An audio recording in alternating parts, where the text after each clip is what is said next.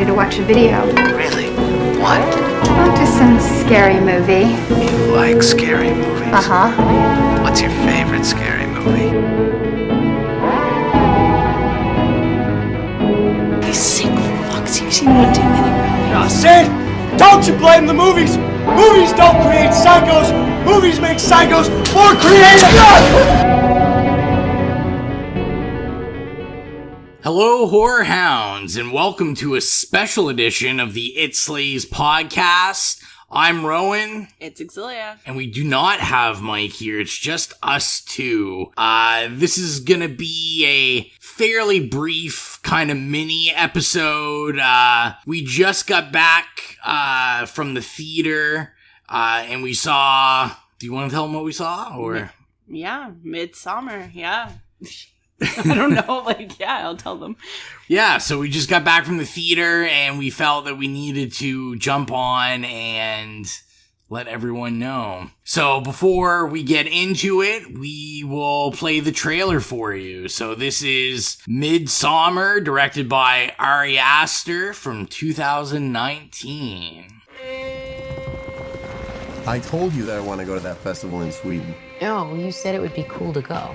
Yeah, and then I got the opportunity and I decided to do it. I don't mind you going. I just wish you would have told me, that's all. Dude, she needs a therapist. You've been wanting out of this stupid relationship for like a year now. And don't forget about all of the beautiful Swedish women you'll meet in June. Okay, guys. That's not her again. Seriously? Babe, what's happening? Danny. I was so very sorry to hear about what happened. I'm sorry.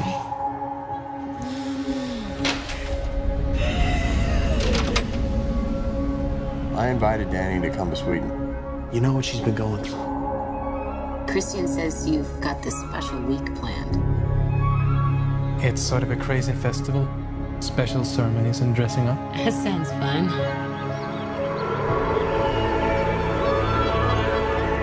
Unbelievable. Welcome and happy midsummer. Skål! What time is it? 9 p.m. That can't be right. The sky is blue. This is what 9 p.m. is like here.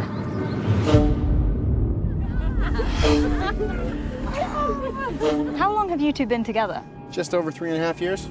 4 years. Really? Yeah? What do you think? It's like another world.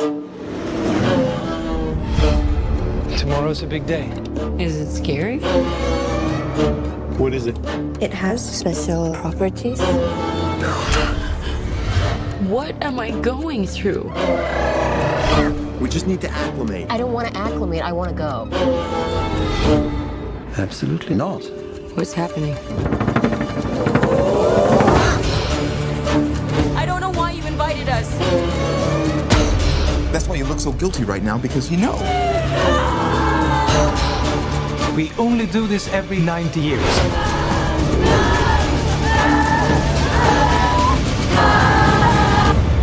I was most excited for you to come.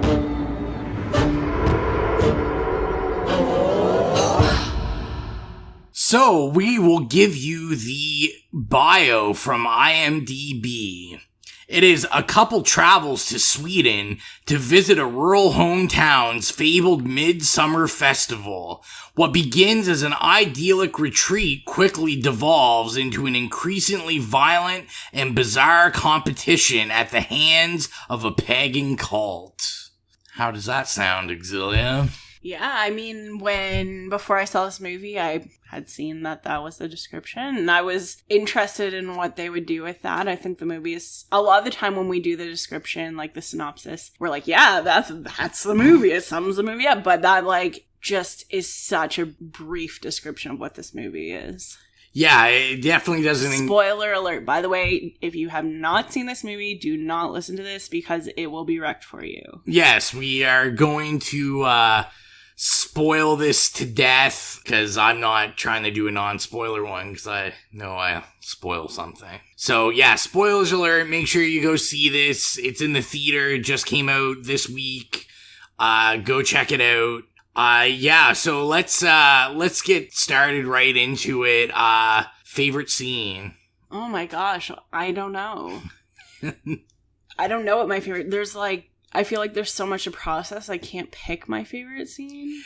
There's a lot of, like, great scenes and a lot of, like, interesting things in those scenes that I... Yeah, I was gonna say, it's like, it's very, it definitely has, like, an art house kind of, like, genre feel. It's definitely arty. It's definitely arty. If you guys aren't familiar with Ari Aster... Ari Aster directed Hereditary. And that was their debut. So this is the second. Yeah, that was their debut feature film. And even, I remember when Hereditary came out, we saw that in the theater. We both enjoyed it. And I thought, this is kind of cool because it was like very mainstream. Like it was really like, it got a lot of press, all that, but it really did have like this kind of like pop art feel to it, this art house look and like soundtrack and stuff.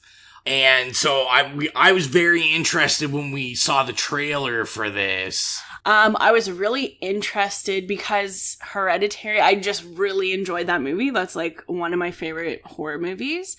And I was interested in how he was going to do this one. And I think that he does have a bit of a formula. Yeah. Which I thought was interesting. It's like you start off with this kind of really traumatic thing that doesn't really have anything to do with the main part, but ties into it loosely.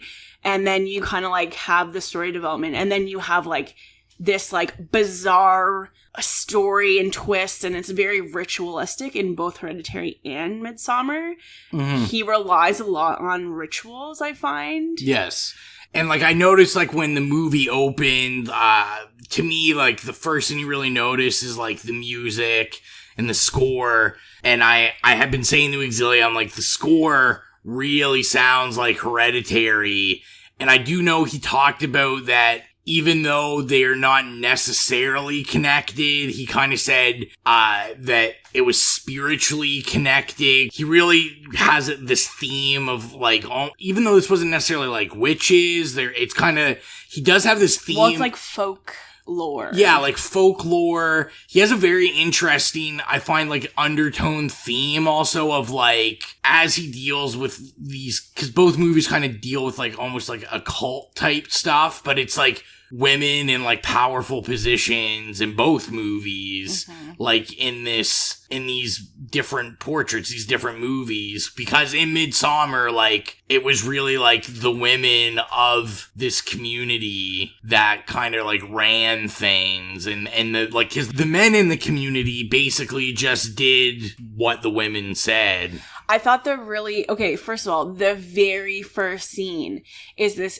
beautiful folk art mural. And having seen Hereditary, in my mind, I was like, I can't take any of the things that are being shown for granted. I feel like this director is very intentional. Mm-hmm. And like whoever works on these movies is very intentional with what they're showing you.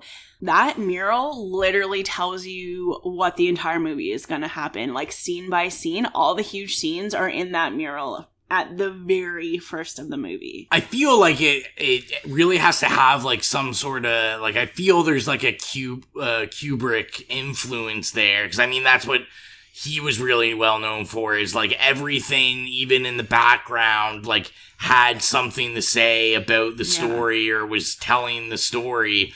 And like he is very of that thought process that no matter what is in your frame, it has something, it's telling you something. It's for a reason. Like, of course, once you get to Sweden, they do show you things that are like intentional, like that love spell, love potion. Yeah. That's like, it's very in your face that you should like watch the process of it. Mm-hmm. But the barn thing that they stayed in, again, those murals were things that happened in the movie. They were like explicitly scenes in the movie. Yeah, and I found even things we didn't explicitly see in the movie, like they had the shot in the movie where we see the quilt that like tells the story of like women and they're like cooking and whatever, and then like the woman has like blood or something coming like from her vagina, and she like cuts herself. That's and like puts it in like to like a drink into like a goblet. And then me and Xylia were saying like when they're at the table, I was saying to Xylia like, hey, like the main, like one of the main characters guys there, like his cup is a different color, like it looks like tinged with blood. And there was a woman in this commune that was like had her eyes on him for like basically procreation. The movie also, like the beginning parts where they're not in Sweden, it kind of wrecked me because I'm like, those curtains are from IKEA. That table lamp's from IKEA. Like, so yeah. IKEA expert. I'm just like, that kind of wrecked it for me a little bit, but it was I think both Hereditary and Midsommar, I walked out of the theater being like, what the fuck? It's definitely, did I just see? It's definitely this one, I think this one's a lot more to process than Hereditary. Yes.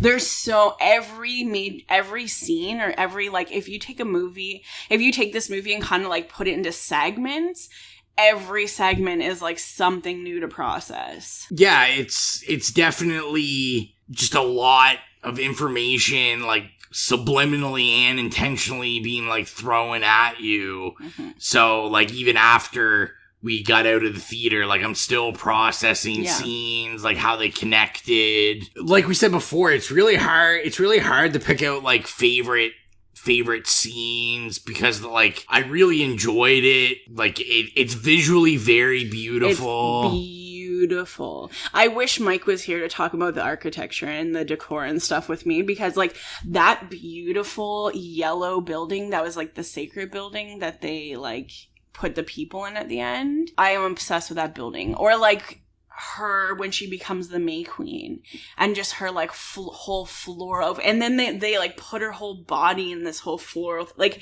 it's just like how it's done is just really beautiful. But they also stay pretty true to like the Scandinavian like design as well, and like also bring in like the aspects of folk, like kind of like folk art into it too. Yeah, I looked. It was shot in Budapest. Yeah, I had seen that. Yeah, it's actually like mimics this UNESCO site, like that has farmhouses that is in Sweden. Yeah, they basically got them to like rebuild them.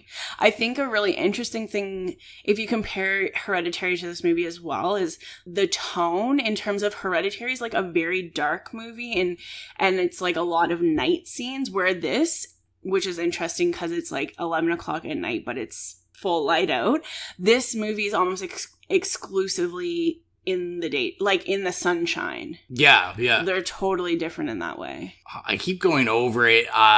You know, like I think the ending is probably like one of the more memorable scenes. I loved like the score that was going on and the chanting and like just this like ritual of like, even though like they're trying to tie all the deaths together, it still doesn't like, you know, unless you process it, it still doesn't overly like make that much, like, other than it makes sense for them, for your rituals. Like, that's what I found really brilliant about this movie too, is not only is the story, like the death and all this, like, and the rituals scary. What to me actually makes it scary is that it's a complete culture shock.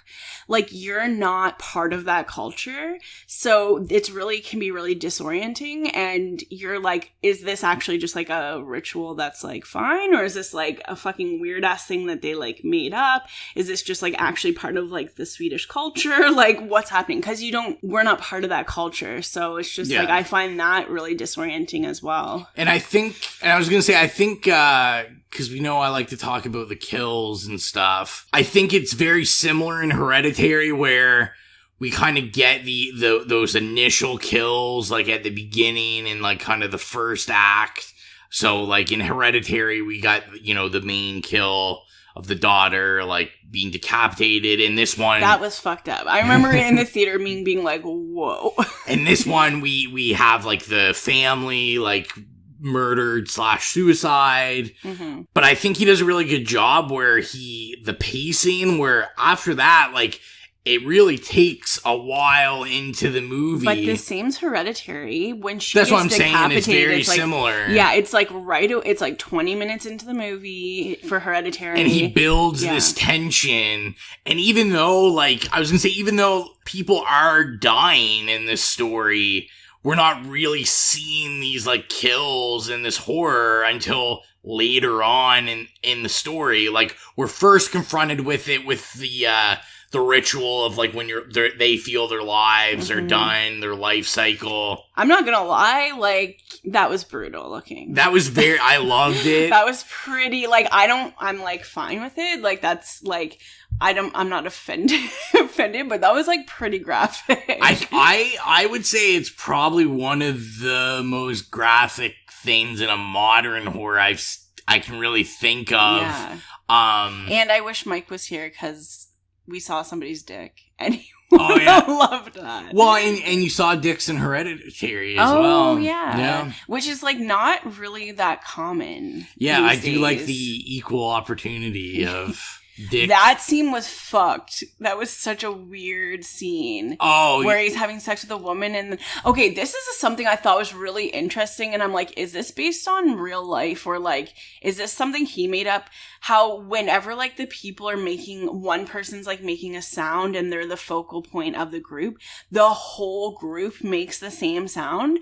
I thought that was so interesting, and I don't know if that's, like, a thing, or if it's something, like, he thought of, or, like, whoever wrote the screenplay thought of, but I was like, that was, like, weird, and, like, it really added to it. Yeah, it was definitely odd, and I feel if you're listening to this and you're like, they're literally all over the place when they're talking, it's because we literally just saw it. Walked in the house and we were like, we have to record something quick to talk about it because it was so it was really good. Really good, yeah, amazing. But I just want to say, like, yeah, it's pretty brutal. Like, I think if you were shocked at Hereditary for, like, that initial kill, like, this is a lot more brutal. Graphic. I was saying to Xylia after we left the theater, I'm interested to see how it's reacted to in a mainstream audience, because I was saying I do feel it's a little less accessible than Hereditary.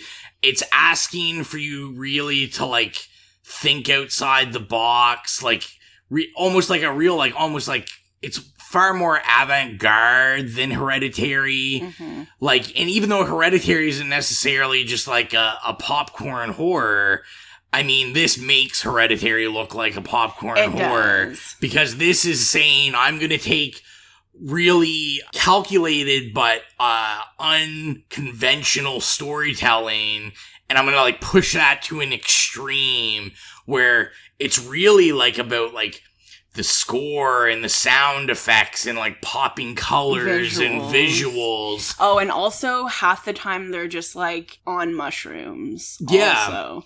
Like, yeah, really, and, like, really odd things, like, they're on mushrooms or if they drank something, and like, I kept noticing, like, cause you would see stuff, like, distorting the show that they're either under the influence of this stuff, but then, like, once you adjust to that, then you would, like, see really minute background things also pulsating. That's the thing. When she, like, has the crown and everything on, when she's the May Queen and she's sitting at the head of the table, and, like, one petal will just, like, open up really, like, very, like, subtly, and then, like, one flower will move. It's really, like, it was done really well. Yeah, but it was incredible. In terms of what you're saying, I kind of said this to Rowan too, like, I kind of use my parents as, like, a measuring stick, and I feel like if they see Hereditary, my parents tend to, like, don't overly like super, like, mind-bending movies.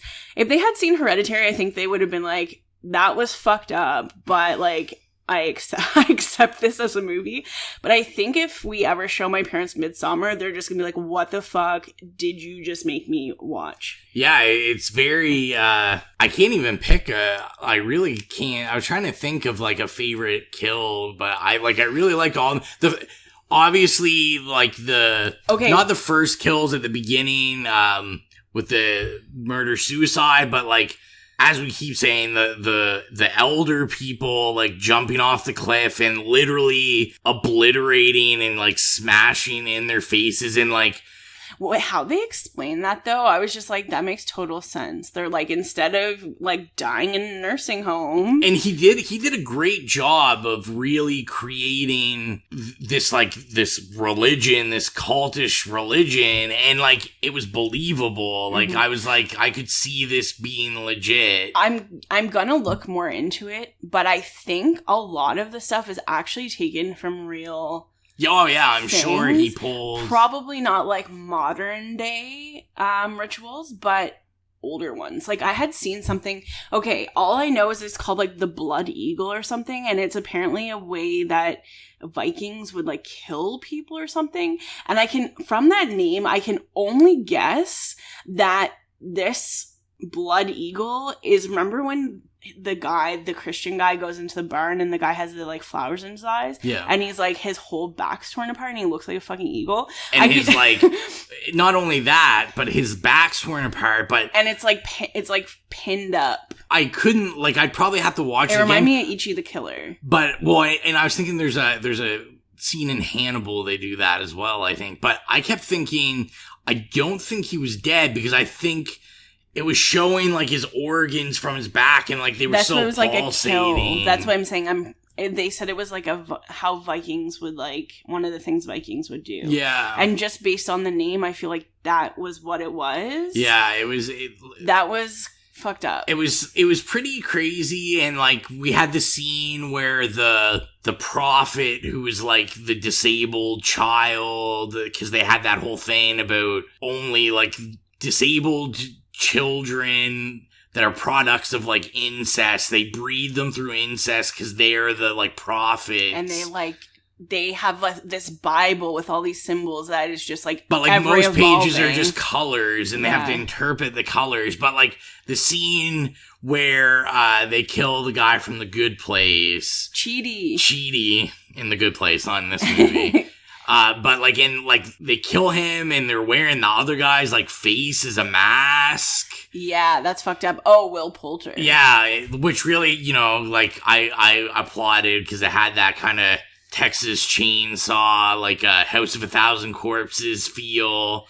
I love that Will Poulter was in it, but I feel like that role for him paled in comparison to him in Black Mirror Bandersnatch. Yeah, well, you just realize because he's, like, fit for that role. Yeah, I will say, like, I am, you know, swooning over this. I don't know how I felt about the storyline with, like, the disabled child. Like, I get it, and it added this, like, odd thing because they're all following, like, this child that obviously, like, is just painting colors in a book, and, like, it just doesn't make any sense. Like, a cult would come up with something that doesn't make sense. Mm-hmm. But I felt like it was almost underused. Like, they kind of... I know, I thought it was random. They kind of explained it, and other than that kill... And, like, this explanation of their Bible, like, they didn't really use that character. It was just kind of there. He was just, like, in the background most of the time. Well, and I didn't really get, was it a he, or I don't know if it was a guy or a girl. I'm not sure. Because, when they were wearing that thing, like, I just remember it was also, like, its crotch area was, like, bleeding, but I didn't know if that was, like... Yeah, I didn't know what was up with that. Was that the kid? Yeah, that was, like, standing in the doorway, because that's when it had the Will guy's face on. I didn't realize that's who had the face. But, yeah, I just felt like maybe that could have been explored a little more. I mean, overall, that's just kind of, like, nitpicking, I guess. I figure let's say, you know, let's decide, is it scary? Was this movie scary? I mean, what is scary? What is scary? It's bizarre. It wasn't knee-jerking. It wasn't just, like, a jumpy scare, and it was bizarre. It was very much, like, hereditary. I keep, like, comparing the two. They're both so bizarre. What is scary? I don't know. Like, it was fucked up. It was weird. Yeah, I feel, which I feel like that's kind of his brand of scary, is like, he's not looking for a popcorn movie jump scare or anything like that, or you know, a comedy slasher, cheesy 80s slasher scare. I thought it was really disorienting, and I guess to me that is scary. Yeah, and he did a good job at that, and I think, yeah, it was just like kind of the shock of it, like, you know, to me, we keep going back to that scene, but like the scene with the old people jumping off the cliff and like falling onto the rocks and we should say, like, they're all at the bottom, like watching them do it and basically like cheering them on. Yeah. To me, it was just like, I don't even know, like, not traditionally scary, but it's just like, you're like, what is going on? Like, it's unsettling. It's unsettling, and because we show this cliff, like, I automatically assumed, I'm like, these people are gonna... It was in the mural in the very first, so I knew somebody was gonna fall or jump off a cliff. Yeah, and my thing was like, holy crap, like, they're gonna do it, but it was like, I was like, oh no, maybe they're not gonna do that. And then it's just like the shock that they do it. Mm-hmm. And that's like what makes it. And then the man, when he comes and he doesn't like actually die right away. And then they fucking take that huge, like... his leg. Yeah, it's... and then they take that huge, like, mallet. It's crazy. Yeah, it's just crazy, I feel. About 4 years ago, Rowan broke his ankle. Yeah, I cringed at that. Hey, are you interested in becoming a horror hound?